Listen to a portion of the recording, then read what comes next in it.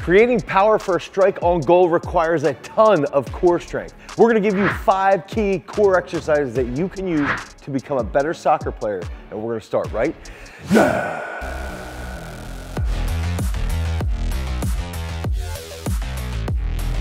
In the sport of soccer, or football to the rest of the world, we have to be able to run like a gazelle. We've got to be really, really quick, but also be able to cut at the drop of a dime. And we've got to think about those different positions. Okay, we have to look at the fact that we will be dribbling a ball or chasing someone dribbling a ball. There's going to be a lot of rapid cuts. Our leg strength is going to play a major role in our speed and our ability to decelerate. So we have to think about how can we train those legs, but most importantly, a lot of this stuff comes back to that dynamic trunk control. And this is going to be a major concept that we have to understand if we want to be one of the best soccer players in the world or the best soccer player to our capability. We have to focus on dynamic trunk control. That's going to enable us to get out of those little tight areas, to be able to pivot very quickly, and ultimately lead to better positioning on the field. So let's go into those 5 key exercises that you can use to enhance that dynamic trunk control. Oftentimes, soccer players don't really like to lift weights, but they forget that resistance-based training, doing explosive-based movements, it can lead to greater results in force production. It can lead to greater results in actually running faster. And if we can just think about having that field strength, okay, being able to bang with somebody, being able to jump higher, being able to cut faster, those are the movements that we need to optimize. And so we have to think through that lens as far as the weight room is concerned. And that takes us to that first key core exercise that's going to blow a lot of you away, and that's going to be a 2-box clean. We've got to look through that lens of technical coordination. We have to look at what happens when we catch a clean. We're going to be catching, let's say, 145 pounds, 200 pounds, 225 pounds. This is weight that's going to be moving very, very quickly.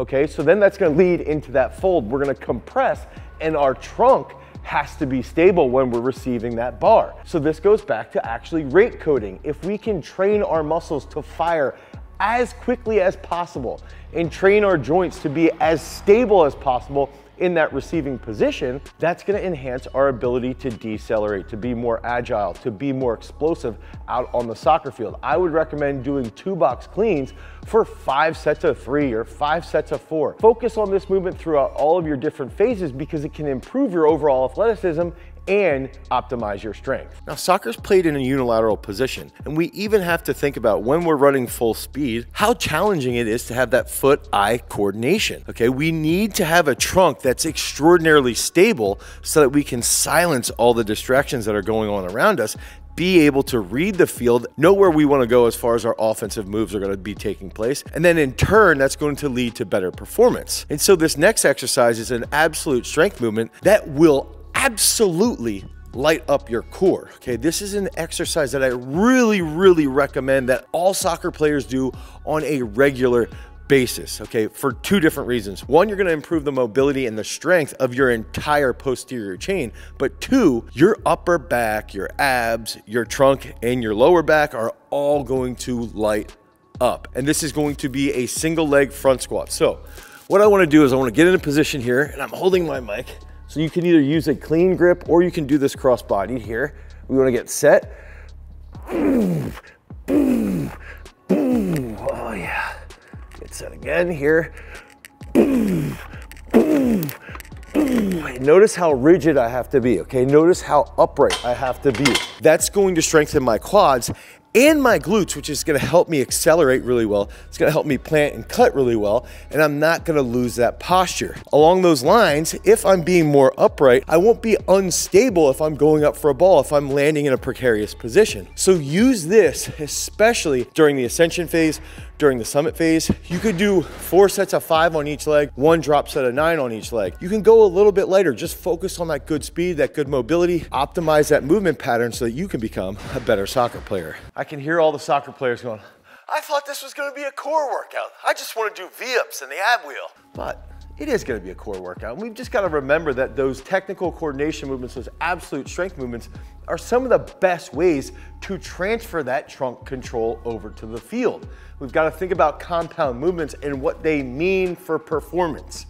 Now, we are gonna give you 2 specific ab exercises, okay? So core-based movements, traditional core-based movements that will be absolutely phenomenal for that transfer. And that first exercise, we're gonna focus on the hollow position, okay? We wanna think about pushing our belly button down. We wanna try to be coordinated, but we're gonna throw in a little twist here because we wanna improve that coordination between our hips and our trunk, okay? I like doing classic core movements like V-ups, like ab wheel, but I really like to think about how the hips connect into the abs and into the trunk, and then how that even interplays with our back and with our overall posterior chain. So the first exercise is going to be in this position, okay? We're here, boom, boom, boom. So it's like a bicycle holding a hollow position. So if I'm holding this, right now I'm hollow. I'm pushing my belly button through my lumbar spine into the floor, okay? I'm really focusing on that. Now I'm going here,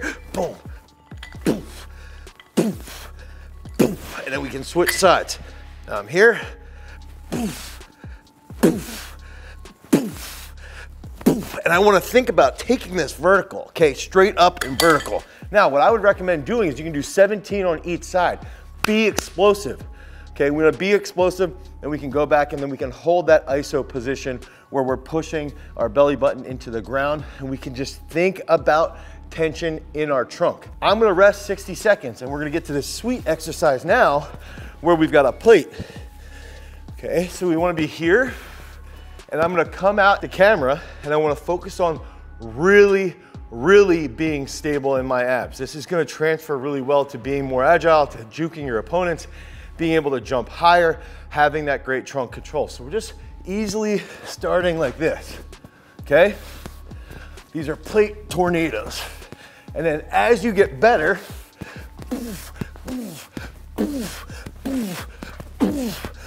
you have to make those noises. I realized like halfway through, I'm making a lot of noises right now. I had my plant leg as my left leg, okay? I'm gonna rest a little bit, about 30 seconds. Then I'm gonna plant with my right side. And we wanna think about this nice and easy. Learn the position. Boom, boom, boom, boom, boom, boom, boom. And then what you can do is that as you work through the workout, let's say you set 20 seconds each leg. How many reps can you get on each leg in that 20-second time frame? Rest about 2 minutes, and then get back to that V-up bicycle position with that one arm. Okay, so what better way to make hypertrophic muscles more athletic than by using reflexive movements? And this next exercise is a reflexive exercise that we've used to help develop a lot of speed in someone like Nick Singleton, okay, who's a starting running back at Penn State for football. Now, if we think through that lens though, we need a lot of speed, we need to be able to cut, we need to have that trunk control. Yes, again, a lot of you might comment, you know, this is not specifically core, but I look at core as trunk control. I look at that as that's what's gonna transfer best to the sporting world. I would recommend those 2 exercises that we just showed you, the plate tornadoes, the one-arm hollow bicycles with the V up there, but these specific movements are what's gonna transfer best over to the pitch. Now, we're gonna get into this here, okay? I wanna focus on my hamstring, my posterior chain here, okay? I wanna come through and bring this up. Something that a lot of people tend to do is they'll start to fall. They'll break in the trunk here, in the oblique, and they'll start to fall. So we have to have tension set everywhere, and we have to have that tension set through the hip, okay? If we have good trunk control, we can lengthen the hamstring, bring that knee through into a hip lock, and we're gonna be able to control that position. This is gonna be similar to what we're doing out on the field when we're cutting, when we're getting out of position.